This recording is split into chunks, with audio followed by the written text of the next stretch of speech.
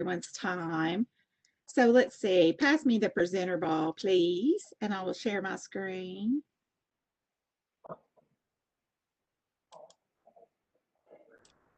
See if that goes into, let's see, PowerPoint. Well, everybody, I am Anita McKeag with the Metro Planning Department, and we're going to go ahead and get started here. So tonight's meeting is going to discuss two properties on West Old Hickory Boulevard in Madison, 929 and 931. So tonight we've got ITS helping us, of course, and myself with planning. We have Councilmember Nancy Van Rees and the applicant, and I'm going to turn it over to the council member for a few words. Thank you, Anita, and welcome everyone this evening. I am in the lobby of the Music City Center. This is a Metro Council night. They moved every 4 years on election day. It moves from Tuesday to Thursday, and so I am at the Metro Council.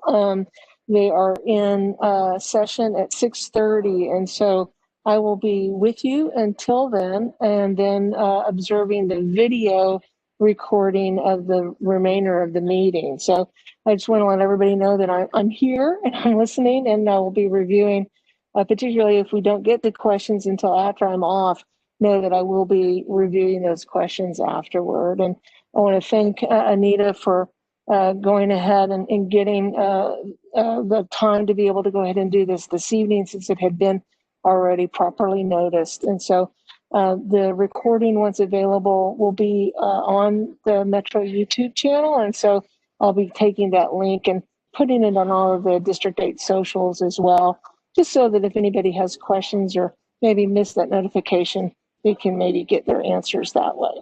So with that, I'll pass it back over to Anita. Thank you, Council Member. So a few meeting logistics. As you know, we're on WebEx, and I saw that so far the people who've joined have joined through WebEx. Your audio is muted, of course, to allow for better sound quality. And when we get to the questions and answers, there'll be a couple ways to do that. I'll explain those on the next slide. If anyone has joined us only by phone, you're in listen-only mode. And as the council member referenced, this meeting is being recorded and will be posted to YouTube, so anyone can watch it later who's not able to be with us right now. So 2 ways to ask questions. You all may be familiar with this already, but there is a Q&A panel that you can type at any time and send us a question. Please send it to all panelists, though, so that we all can see it and it won't get lost or anything. And then when we get to the question and answer portion of the meeting, you can raise your virtual hand, which is usually at the bottom of your screen, and ask a question, and we'll recognize you that way. So tonight's agenda, we're going to talk about some background information on community planning, policy, and zoning, then dive into what the applicant is requesting, leave plenty of time for Q&A and discussion, and then briefly review the timeline. So why are we here? This is a planning-led meeting tonight to hear your input on a requested land use policy change. Once again, it's this area in blue on the map here, 929 and 931 West Old Hickory Boulevard. So describe the proposed changes, explain the process, gather your feedback, which is very important. One of our primary jobs as staff at the planning department is to make recommendations to our planning commissioners. And so community feedback is a very important component of that. A little bit about community planning in Nashville. You may have heard Nashville Next. It's the comprehensive plan, and it's countywide and it's broad. And since the early 1990s, we've done community planning in Nashville. And so there are 14 community plan areas that cover every part of the county. They guide future decision makings, outline a vision. Now, technically, this area is in the Parkwood-Union Hill Community Plan, although we recognize that everyone considers this Madison. So you see the star right there on the edge. And these plans, when they were first created and along with every update, the community works with us closely on creating them, updating them, and changing them. One of the tools we use at the planning department is a principle called the Transect that helps us organize communities, the characteristics of each community.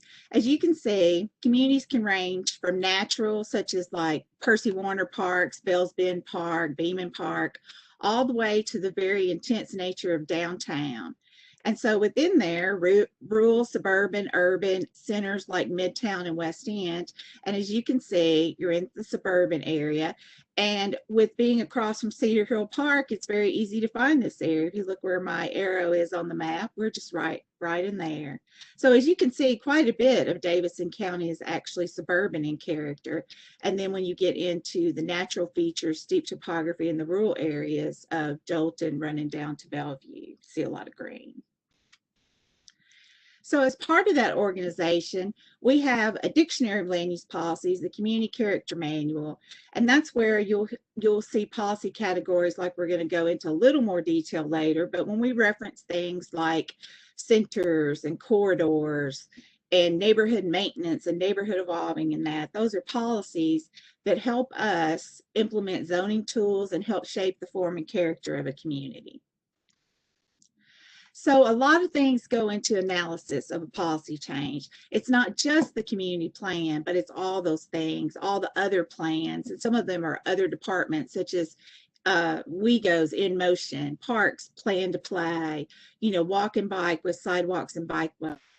We look at how different properties are accessed. Are they along a major street? Do you have transit? How much capacity is there? Sidewalks already present? How close are you to downtown? What's the character of the area around you? What's the population like? What's the fabric of your neighborhood? And then also, as I've already mentioned, a very important component is community sentiment. So at planning, you'll hear us talk a lot about land use policy versus zoning. So every piece of property in Davidson County has policy and zoning. Policy is that long-range vision, the guidance. You hear us say Nashville Next, community plans. Zoning is law. It's what legally you're entitled to do with your property today. It's how each piece of property can be physically developed with things like how tall is a building, how far is it set back from the street, what does landscaping and parking look like, signage, what uses. So we'll be talking a bit about both of these things tonight. So amending policy, why would you want to change a land use policy? Well, sometimes changes have occurred in an area. Sometimes the community vision may have changed. The community may have decided that they really want a grocery store nearby. In some cases, someone just desires a change in property. And it may be worth discussing a development idea for a property. As part of the long-range planning team, we generally try to understand broader implications versus individual property and how things work. So here's a little bit about how we work with things at the planning department. So on the left-hand side, you see someone comes in, they want to discuss their plans for a property with us. If we see that the zoning, what they're legally entitled to do with their land says, well, yes, then they actually don't work with us. They go to talk with codes about building permits. If we determine that the zoning request meets what land use policy categories there, then we say, okay, you can file for rezoning, pay your fees. It doesn't mean that the zoning change is automatically granted. It means that you meet the land use policy, one of the first burdens, so you can go through the process. In that case, someone from our land development team is assigned to work with you. If the answer to that question is no, your zoning request does not meet policy, then you have the option to file for a land use policy change too. And so we'll look at determining a study area. You pay the fee, and then a community planner is assigned. That's someone from my team, and in this case, it's me. So then we take a look at the request. And so as you see from the blue circle here, that's where we are tonight. Community meeting. Often, most all the time, when someone requests a policy change, we schedule a community meeting to listen to the community directly. And so after tonight, what we'll do is look at our analysis as well as weigh community input. Other people may be contacting us after tonight's meeting as they listen to the recording and things. So we'll keep on with that. Then when we get to making a determination, we will say, well, do we think that yes, this is a good idea, or no, it's not? Why? And we'll make a recommendation then to our planning commissioners. They make a final decision on land use policy changes. So when you see things like community plans, Nashville Next, the planning commission makes the final decision. When things are zone changes, council makes the final decision. So the planning commission would make a recommendation for a rezoning that goes on to Metro Council. So let's dive into a little bit about what they're asking for tonight. So in this case, as I've already mentioned, we've got two properties here, 929, 931 West Old Hickory Boulevard. It's adjacent to the Dickerson Pike corridor. And so in this case, currently what the land use policy is, it's a large residential area. So it's called Suburban Neighborhood Maintenance Policy. And that's recognizing a neighborhood with established character, very few vacant lots, been in place for a while. You do find things like institutional uses, churches, schools, daycares, things like that. Then this policy, along here with the hatch pattern, is suburban mixed-use corridor, and it's just what it says. It's along a corridor with a mixture of uses. So you see oftentimes at major intersections, commercial uses, but then, you may have residential and different uses spaced out along there. And then the green, you see this all over the county because it's what we call conservation policy, and it's drawing attention to there is some type of natural feature there. In this case, floodway, floodplain, but it could be steep slopes, wetlands, caves, those kinds of things as well. This applicant has made two applications. One is to change the land use policy, and then one is to change the zoning to accompany that. So when you look at what you're legally entitled to do, remember zoning, what you can do with your property right now, you can see this yellow, orange hatch pattern is a huge part of the neighborhood. And that's residential single family on 20,000 square foot lots minimum. So it's RS20. And then you'll see the red character of the corridor where so much of this is CS, which is commercial services and intense commercial district. So here's the property again, which is an aerial photo, and we're going to zoom in a little bit. I'm sure all of you know what it looks like today. And so what we're talking about is changing to transition policy. So this would change to transition, which allows for office and residential. And then the zoning would change. This would change from RS20, single family on 20,000 square foot lots, to some type of office zoning is currently what the applicant's thinking. So now we'll take a moment and we'll hear from the property owners, the applicant, I'm sorry, Tony and John, about what they would like to do.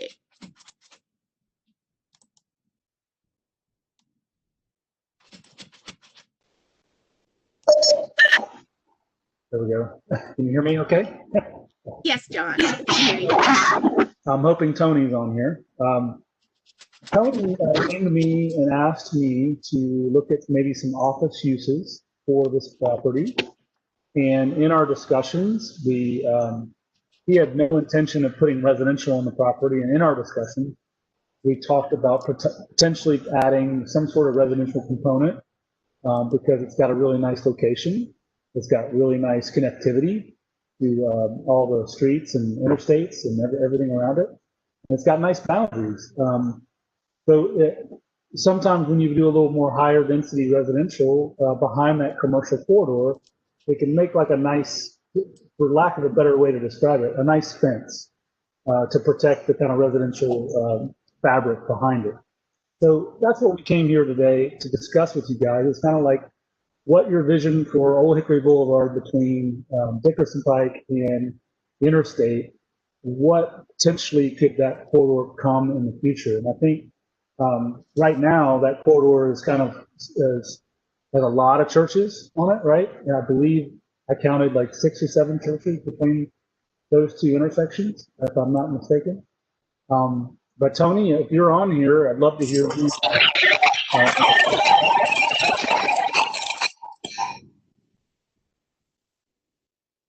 Hey, John. Can you hear me? Okay. The reason that I've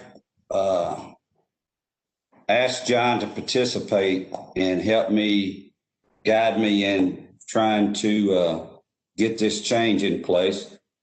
I've been in business for 35 years at 1511 Dickerson Pike and own a real estate company that manages real estate and also owns it. And with all the changes down on Dickerson Pike, there's some opportunities for Nashville to have some new growth and things going on there. And I needed a new place to possibly move my office. And I found this location, and it seems to fit what I would like to do. I don't want to take an impact and create any kind of problems with the neighborhood behind. And I want to make it fit in and blend in with the community there.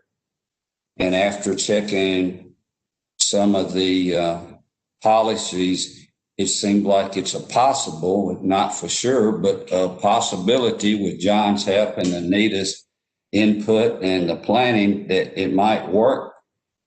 And I needed to go in now and find out what the community has to say about this so it could help me and John sort of have a better fit of what we need to do.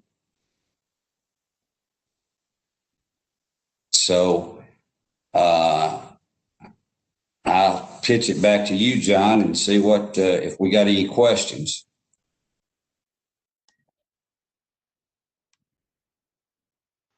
Did you have any?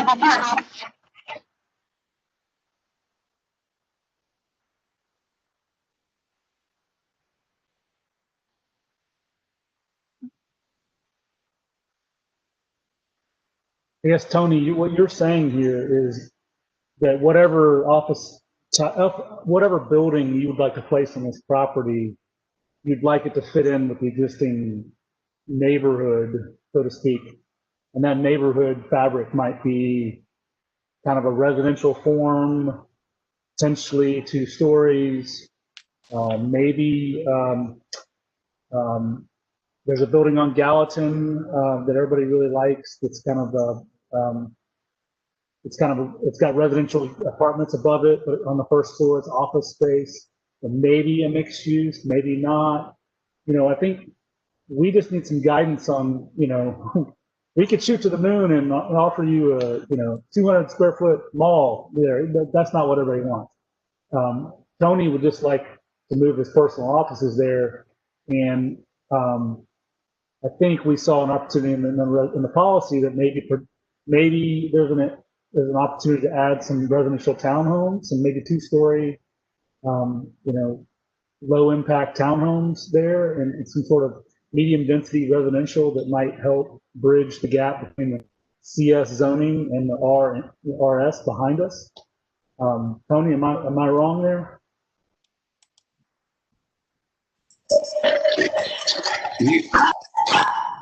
You're correct, John. You know, when I talked to Anita, because I've been in meetings with Anita and sort of understanding, when I was talking to her,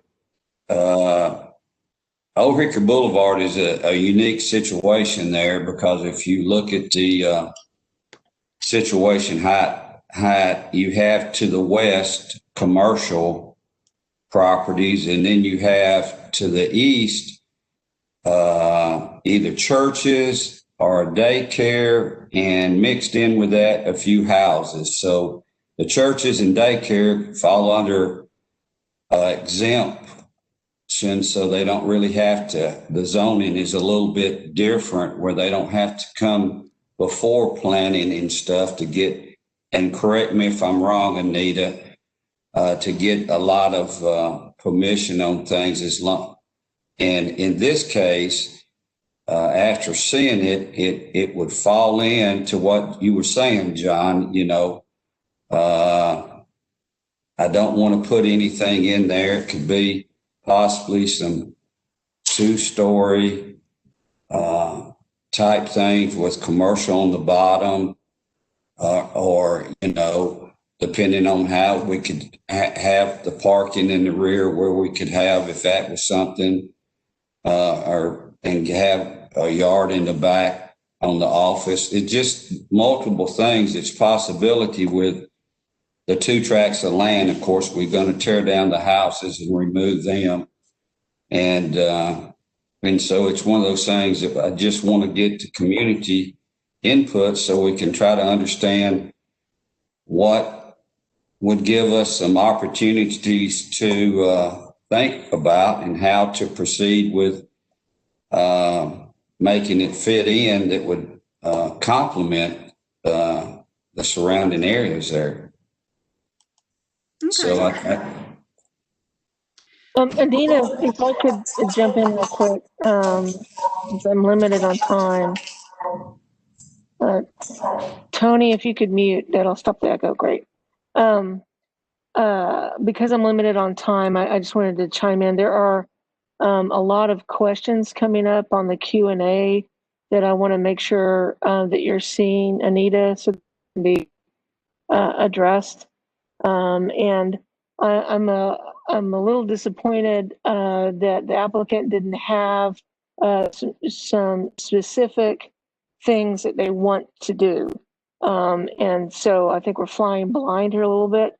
And I was told office, and now I'm hearing residential. I mean, there's a little bit of confusion in regard to the zoning versus the policy change. So Anita, if you could make sure that the folks on the call understand the difference between the two, that we're talking here about a policy change, the zoning would come separate. It doesn't seem clear to me that the applicant is clear on what zoning they want, and that would require an additional community meeting with a clear plan as to what it is they'd want to do there. But I'm a little frustrated because I can't stay on the call much longer.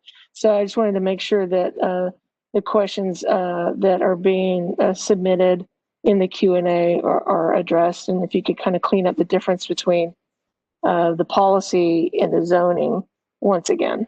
Thank you. You bet. Thank you, council member. Right. So we're at the point where we're going to jump into Q&A.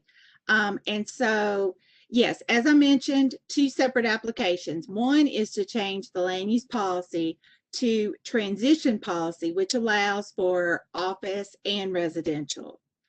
And then currently the way it stands, the rezoning application is to rezone to office limited. However, there are different office zoning districts. One is an office and residential zoning district. So the applicant has been thinking about changing their application to something and wanted to hear some feedback tonight to determine if that was possible. Still in the realm of office and residential, but just to see any more refinements that need to be made. And so let's take some questions. Anna, can you help me with the or Sade, can you help me with the Q&A? Because I can't see that portion right now. Yeah, this is Anna Greider. I'm also with Metro Planning, just giving Anita a little assistance tonight. So the first question is kind of what exactly are you wanting to put in this area, office and housing? What kind of housing? So I think if there's anything more specific that the applicant could offer the neighbors that seem to be directly behind the property on, is it just office? Is it housing? I think that's the first question to start with.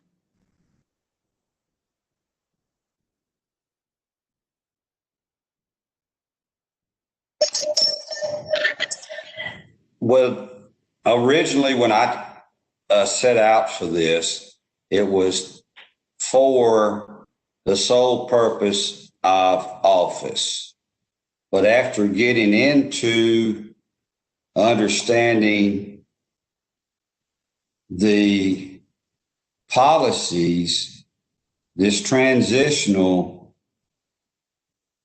that they have in place for this type property, it sort of is trying to blend office into residential. So it's one of those things that you could have just strict offices there, but is that going to blend in with the community, or do we need to have office along with maybe townhomes there? That's a question that the community, because for me, I could go in there right now and just be happy with one single office because that's what I got at 1511 Dickerson Pike and be discontent. But this is what we're having the meeting for, to find out.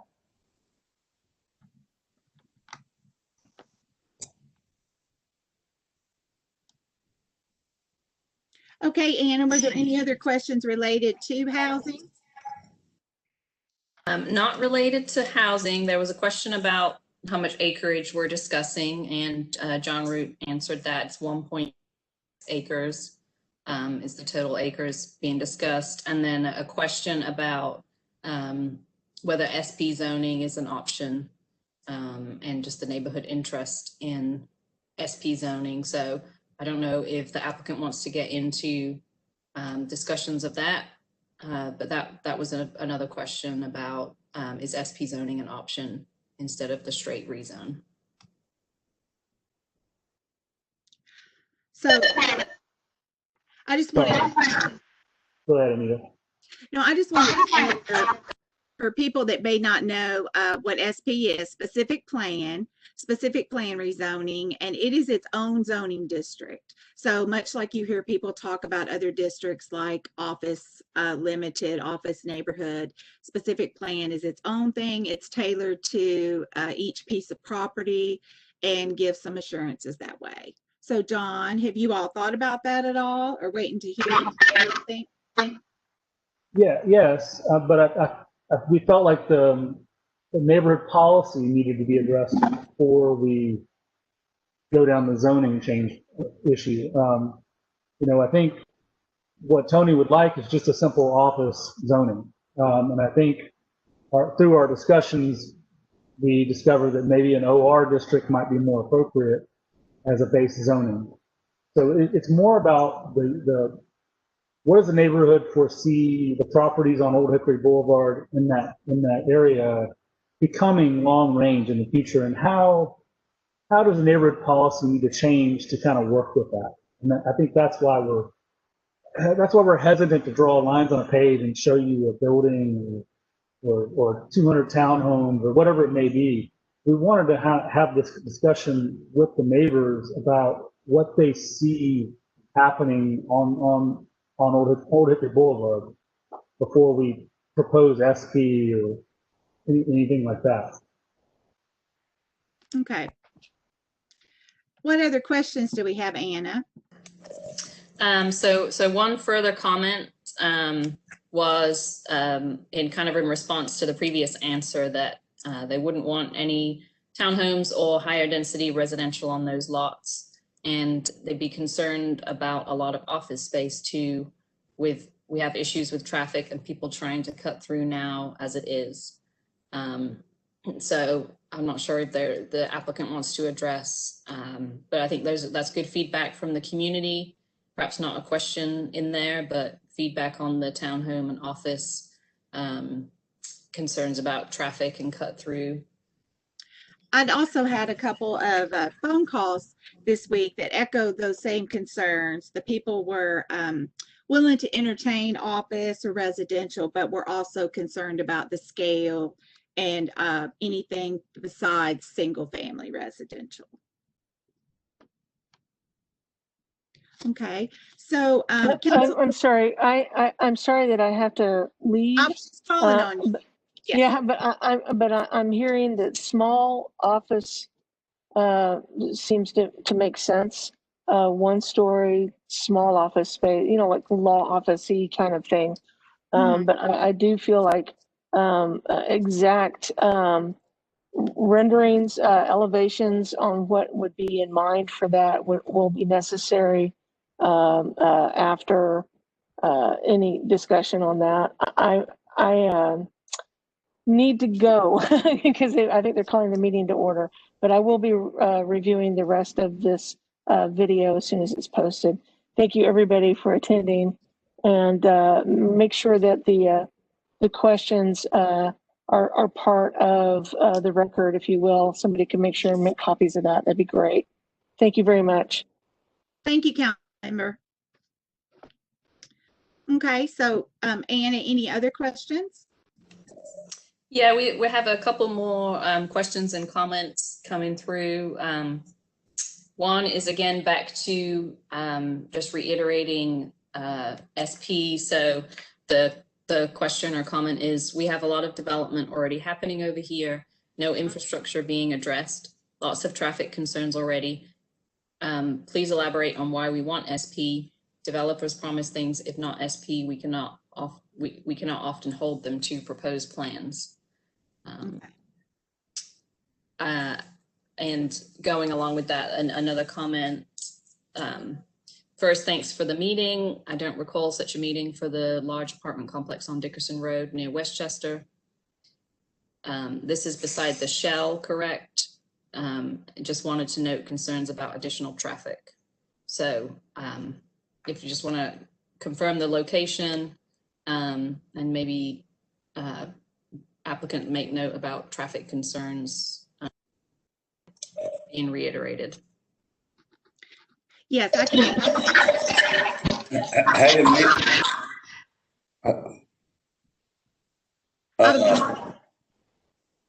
Anita? Go ahead, Tony. The traffic concerns, I understand what their concerns is, but when we're talking about property management, it's not like that you're going to have a huge volume of traffic. You're going to have a tenant or two come in and pay their rent or pick up the application for a particular property that they're interested in renting, but to have an apartment complex that it sounds to me when I talk to some of the community people that they didn't have much input there off of Tuckahoe, where they're building several, I don't know, maybe 100 to 150 unit apartments right there between Tuckahoe and Due West, that I think it got the neighborhood up in the air about. This is a far cry from what's happening there. Right, Tony. I think one of the things that people are saying is what I've heard is they're echoing their concern, saying that that's why they want small scale things, is because large scale things tend to contribute to increase in traffic and things. So I'm not hearing that they're worried about one small office. It's more concerned about what potentially a straight rezoning could allow with that property, and that something could be more intense than what you're talking about in theory with relocating one small office there.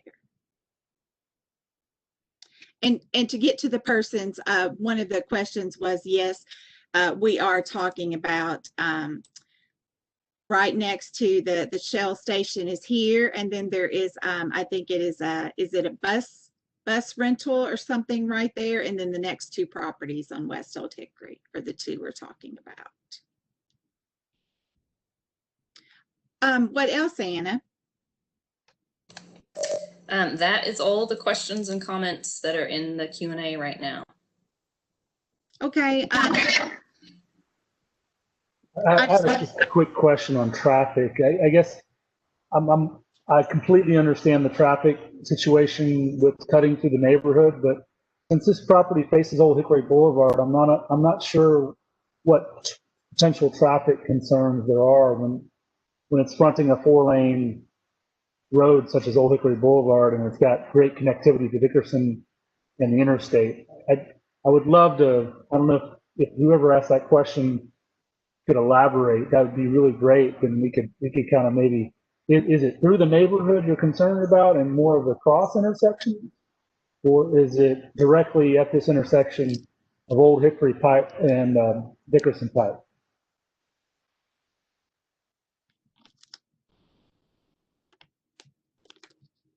Do any of the attendees want to elaborate? If so, raise your hand and your virtual hand, and we'll unmute you.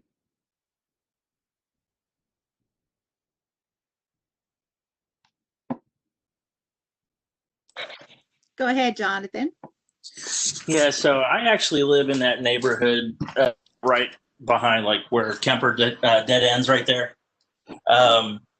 We've got people trying to cut around that intersection at Dickerson and Old Hickory all the time because the traffic's so bad there.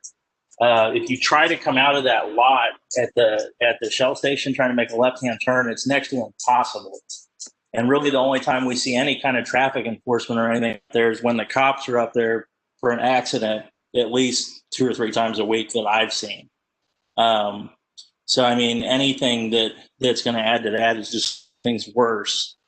And we're a dead end street and we still get people, trying to fly up through here at 40 mile an hour down this curved road just to get around all that mess.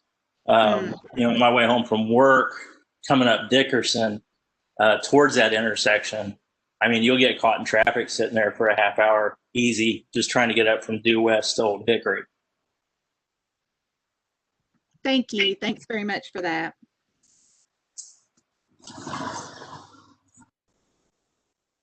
Okay. Anything else? Any more questions or anything? Well, I have a question to you, Anita. With this policy change, what just blanket, would you allow office rezoning, or is it what zoning types are allowed in a potential policy change? I guess that's the question. Well, in transition policy, it can be an office or residential or a mixture of the two. From just a policy standpoint, now there's always the caveat of we also look at, as I mentioned earlier, the surrounding area, scale, what's the surrounding neighborhood look like? For instance, transition policy along a street like Charlotte Pike or West End, closer to downtown, would be possibly much more intense than a transition zoning out here. And so you could look at something like small scale office or residential. Probably, we're hearing from the community, not multifamily apartments, those kinds of things. Of course, you're somewhat limited with the size of the lots anyway,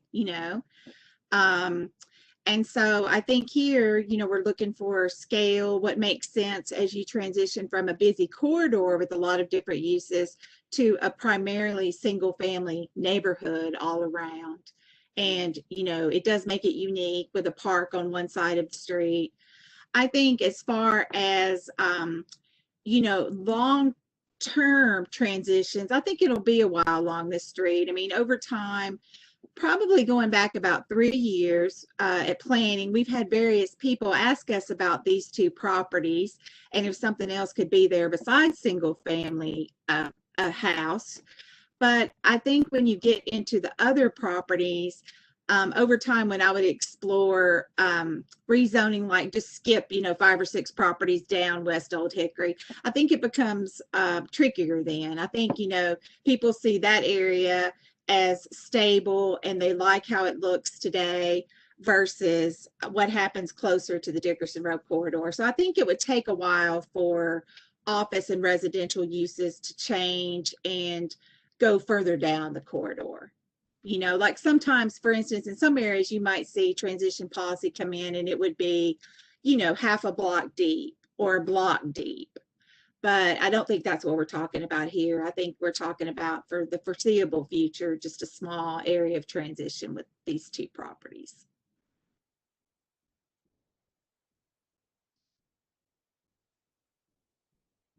So any final thoughts from anyone? I want to go on. Can everybody see? Let me go to slideshow here. Back to slideshow. I wanted to cover. Okay, so the tentative timeline for this, we're looking at right now, these are on track for the December Planning Commission meeting. However, we need to follow up with the council lady, because I think that her thinking is that you would show some more specifics to the neighbors about what you would like to do and make some decisions. So it could be that these cases are not on the December 10th Planning Commission meeting. For those of you listening in, we always say tentative here because we always encourage everyone to check the agendas and the schedule for things, as sometimes cases are deferred and things. But let's just say it stayed on December 10th. You're looking at the Friday before is when we post the staff reports that we talk about. And then after something is on the Planning Commission public hearing, remember how I discussed that the commissioners make the final decision about policy, about land use policy changes, but then the commissioners make a recommendation to the Metro Council about rezonings. So that's why the next step would be that it would go to the Metro Council and Councilmember Van Rees for public hearing for the rezoning. And so here is my contact information for everyone, because if you think of a question later that you didn't ask tonight, or for those of you watching this meeting later and you want to send me some thoughts, here's my email address and my phone number. And so please reach out to me and we can discuss further. And we'll also post some next steps if it ends up being that there's another community meeting or something like that as well. So have we had, Anna, have we had any more questions or comments come in?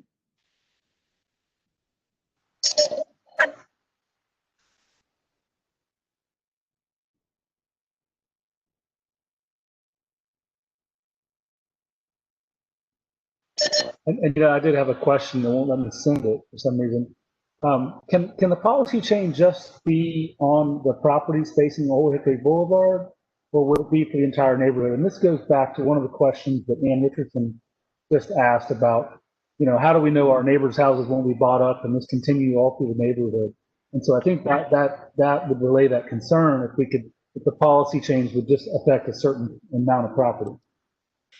Yes. So when we send out, like, I'm assuming that a lot of times, most people that join the call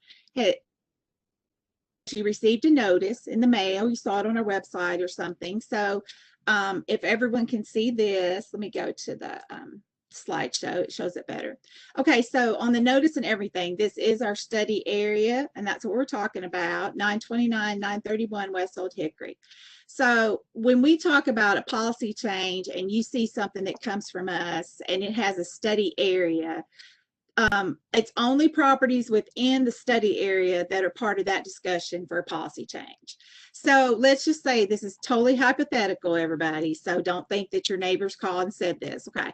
So totally hypothetical. Let's just say this church down here decided that they wanted to join this policy change, that we're getting ready to write the staff report, and they call me and say, hey, Nita, we want to jump on this policy change. Can we change our policy to transition to? The answer is no. It's only properties within this area that are subject to change. Now, that does not mean that 6 months from now, a year from now, 5 years from now, 10 years from now, that somebody couldn't come in and want to have this same discussion again about transition policy for more properties, and say this went through, and then 3 years from now people say, okay, we want these three properties next door to change to transition now. We would go through a very similar process to what we are right now. So the reason that the planning department uses terms like study area and we send out notices is because we can always reduce policy changes within an area, but we can't add on to that area. So for instance, say that the community decided we only want 931 to change. We don't want the other one to change. Once again, hypothetically, then one property could change policy, the other one could stay what it is, but you couldn't add more properties to that as part of this application. So that's a way of assuring things, freezing things in time, so to speak, and not allowing massive change to happen at once. So in no way are we talking about this entire neighborhood changing. What I said was suburban neighborhood maintenance policy. We're not by any means talking about that. We're talking about these two properties right here changing to transition policy. Sade, do we have any more questions or comments come in, or Anna?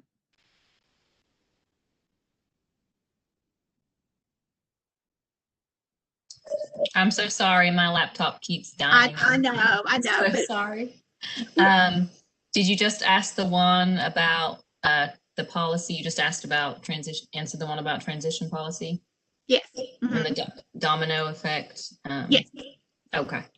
I think there's one more. Let's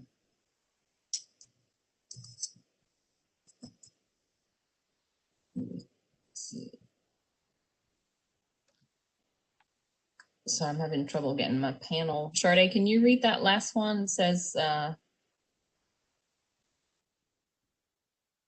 CM and developers have used recently rezoned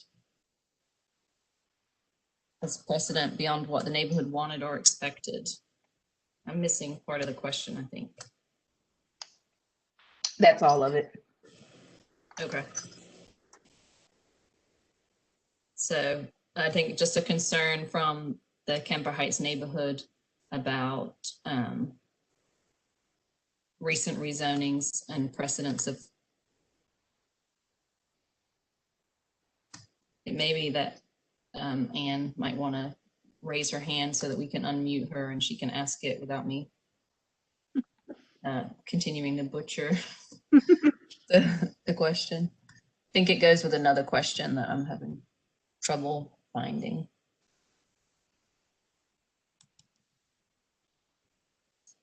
My fucking questions. Anne, did you want to ask your question? Let's see. I can't seem to unmute her. Can I unmute myself? Oh, there we go.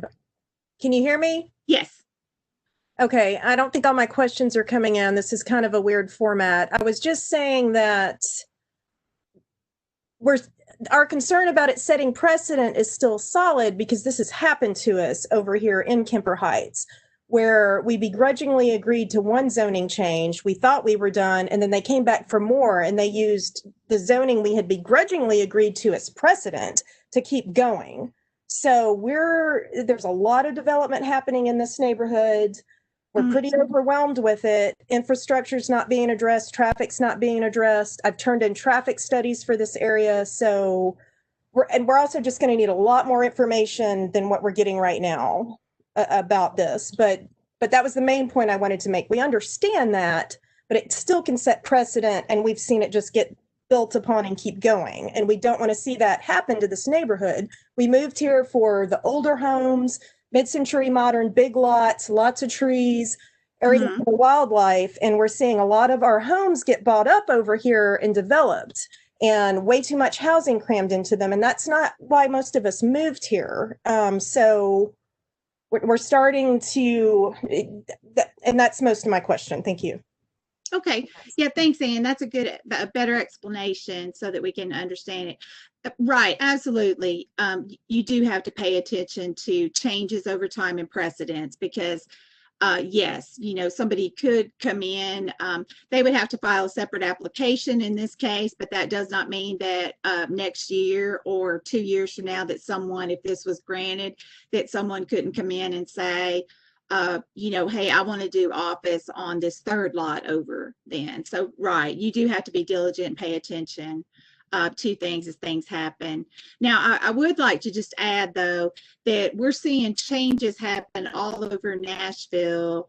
And some of those, the planning department plays a role in, has a role to play, and others we don't. Like, for instance, if somebody is, and you may not be talking about this directly, Anne, but it often comes up, that if somebody buys an existing single family house and tears that down and builds a big house, a much bigger house on it, and starts changing the character of the neighborhood that way, that is not something that the planning department usually has a role to play, in the sense of, in that case, someone's following the existing zoning on things. But, we are seeing both large and small scale change happen all the time. So absolutely, we hear that. So it sounds like between that the council member had some questions about what specifically, more specifics about the project itself and what you're looking at being built. And sounds like the neighbors have those same concerns. So Tony and John, you may need to have another meeting where you talk in more details about it. Now I see Tony's hand up. So Tony, do you have something to add?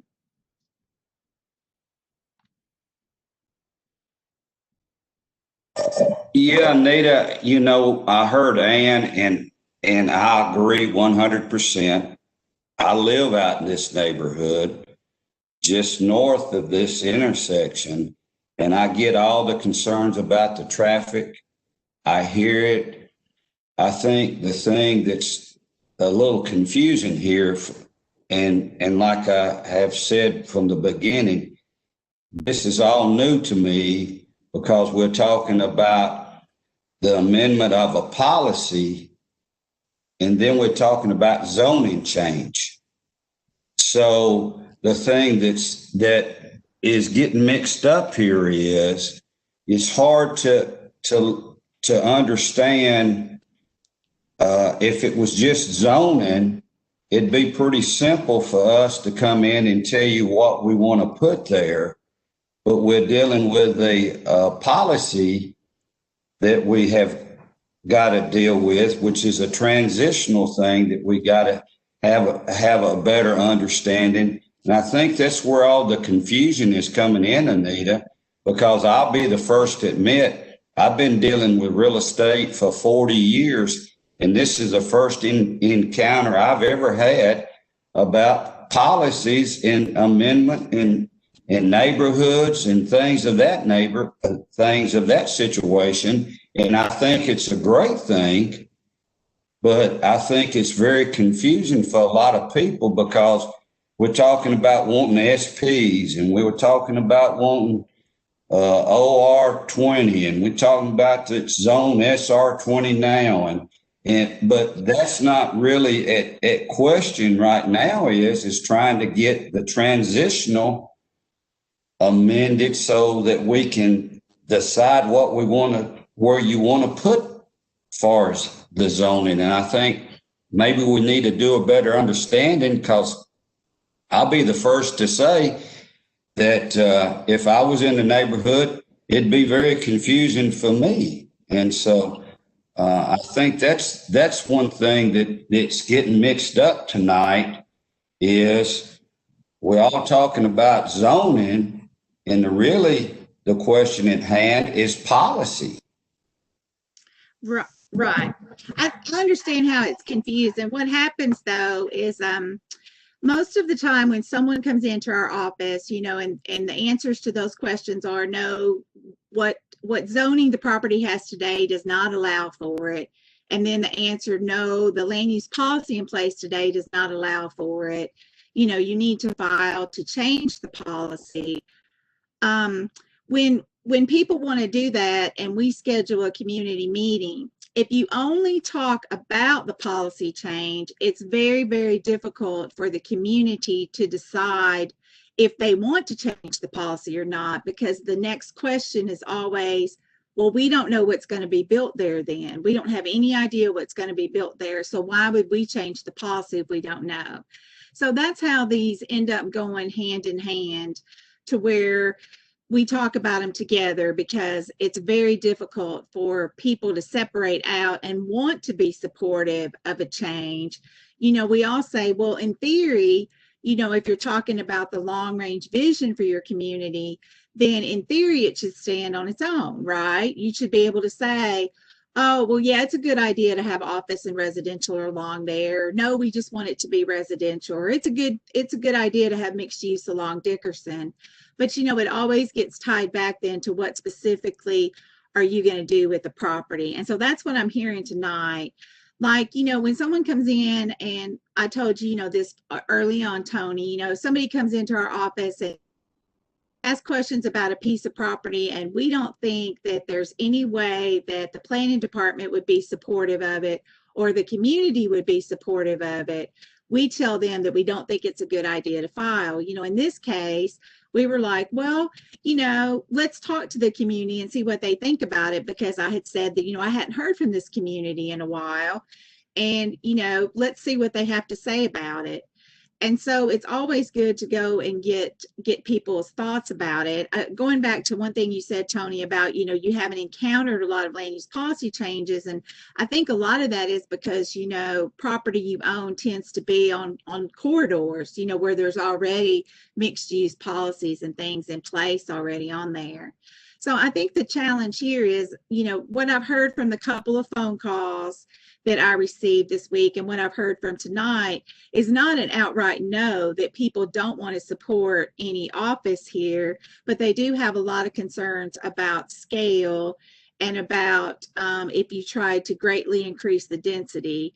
And so they're concerns about the character of it and the scale of it. And so my advice would be that you determine then, do you just want to build, one small office building, or do you want to do a mixture of office with some type of residential? But we heard tonight that people don't want multifamily apartments. They don't want townhomes.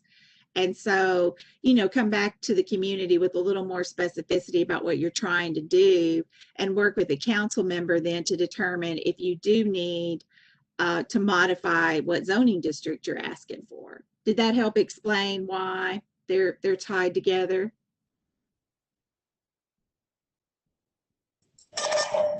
Yes, that certainly helped a whole lot, and I certainly appreciate all the input, because at the end of the day, for me, it's about getting John to get it right, so that we can make sure that we're putting something out there that complements the community, and the community can understand and be proud of what's going on around there, instead of feeling like something happened that they didn't have no say-so in. Right. Yep. Always important. So any final, Anna, do we have any final comments or questions come in?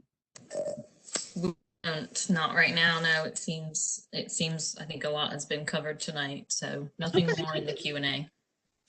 Wonderful. Okay. So it's 7 o'clock, folks. So I'm going to call an end to tonight's meeting. As I said, be sure and reach out to me with more thoughts and ideas.